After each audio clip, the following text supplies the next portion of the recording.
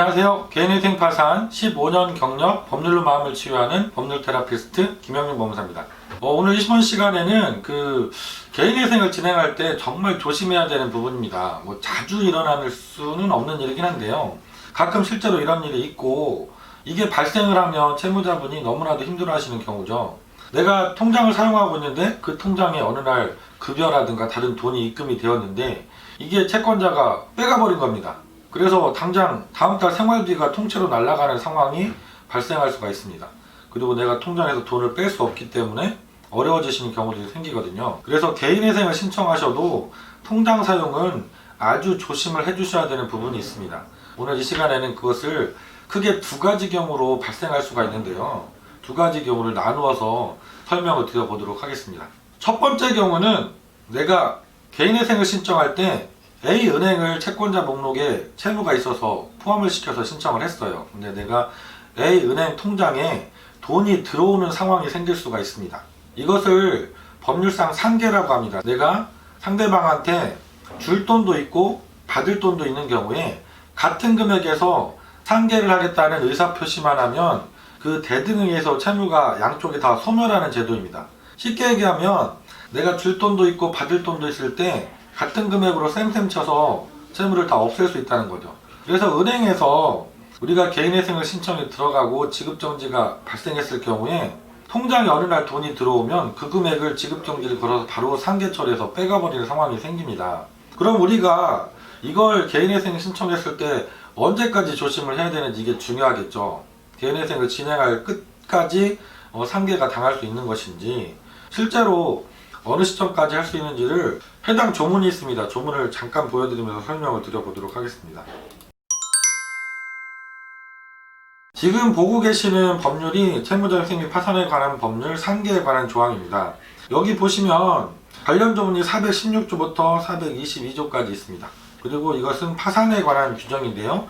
개인회생에도 그대로 준용이 되고 있기 때문에 여기에 파산이라는 단어를 개인회생으로 생각하시고 보시면 됩니다. 이 중에서 오늘 이 시간에 봐야 될 조문은 422조 상계 금지입니다.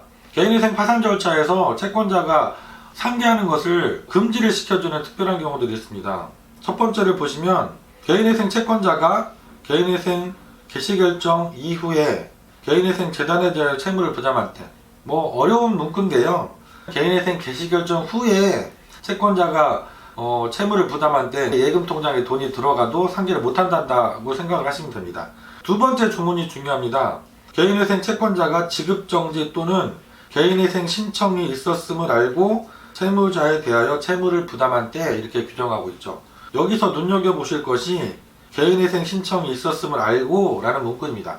우리가 채권자가 최소한 내가 개인회생을 신청했다라는 것을 명백하게 알았다라고 확인할 수 있는 시점은 금지명령 송달을 받았을 때라고 생각을 합니다. 왜냐하면 금지명령 결정이 나면 법원에서는 개인회생 모든 채권자들한테 금지명령 결정문을 송달해서 보내주거든요. 그러면 채권자가 그 결정을 송달받았다고 하면 채무자 누구누구가 개인회생을 신청해서 진행하고 있구나 라는 것을 이미 알게 된 것이죠.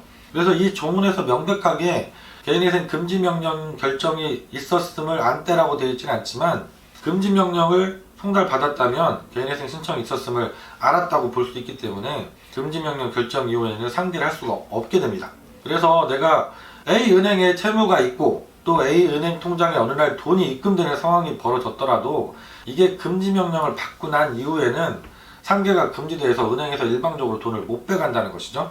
그래서 신청하시는 채무자분께서는 적어도 금지명령이 나서 그 은행에 금지명령이 송달될 때까지는 통장 사용을 정말 조심해 주셔야 됩니다. 내가 부득이한 사유로 그 은행을 계속 사용할 수밖에 없는 분들 계시긴 하세요.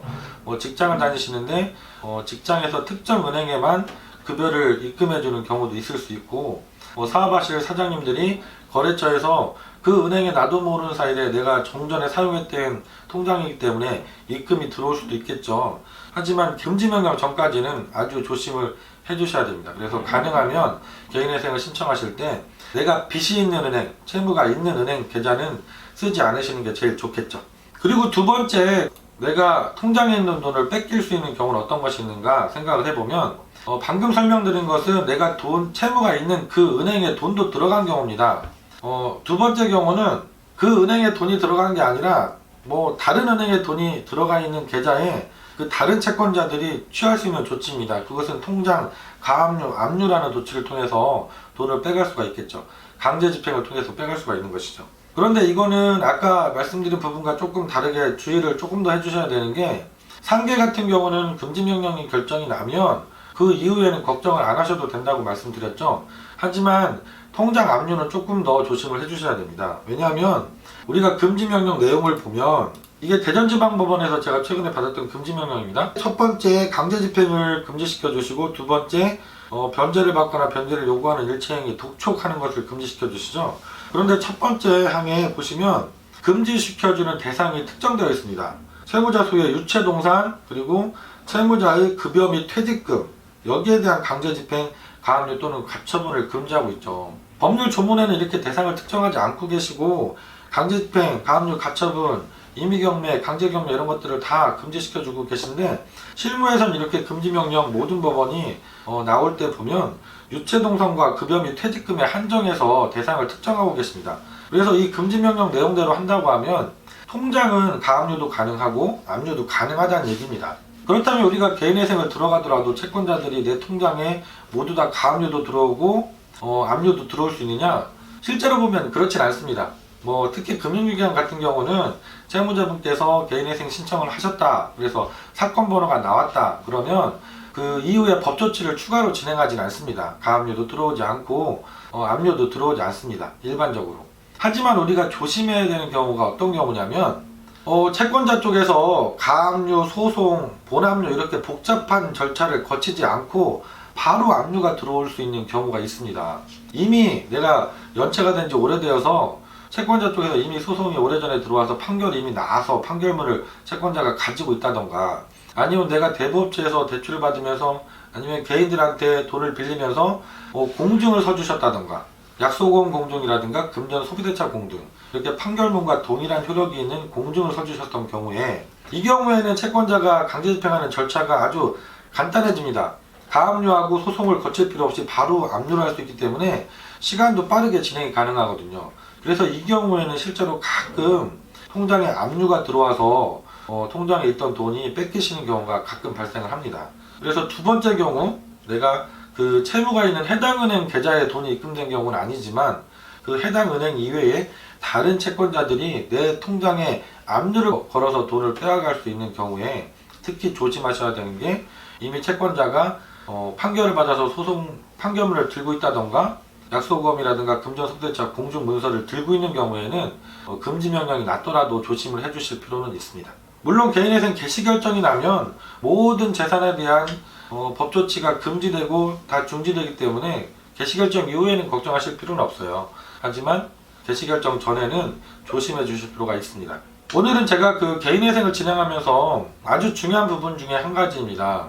매달 그달 돈을 벌어서 그 생활비를 사용하셔야 되는 경우들이 대부분이기 때문에 당장 내 통장에 돈이 압류가 되거나 상계가 되어서 돈을 찾을 수 없고 돈을 뺏기게 된다면 정말 난감한 상황이 되죠. 그래서 오늘 설명드린 것처럼 내가 개인회생을 신청하시더라도 내가 빚이 있는 해당 은행 통장은 사용을 하시지 않는 게 제일 좋고요. 부득이하게 사용을 해야 된다고 하면 최소한 금지명령이 결정이 나고 나서 사용하셔야 안전합니다. 그리고 두 번째로, 다른 채권자가 압류가 들어와서 뺏기거나 통장이 돈이 묶이는 경우가 생길 수 있기 때문에 최소한 내가 이미 소송을 받아가지고 판결문이 이미 나와 있는 경우라든가, 채권자가 공증문서를 들고 있는 경우가 있다고 하면 통장 사용을 좀 더 조심해 주셔야 됩니다. 오늘은 개인회생 신청하실 때 통장 사용 어떻게 조심하실지 말씀을 드렸습니다. 다음 시간에도 좀 더 구체적인 사례를 가지고 좋은 정보를 찾아뵙도록 하겠습니다. 김영준 법무사였습니다. 감사합니다.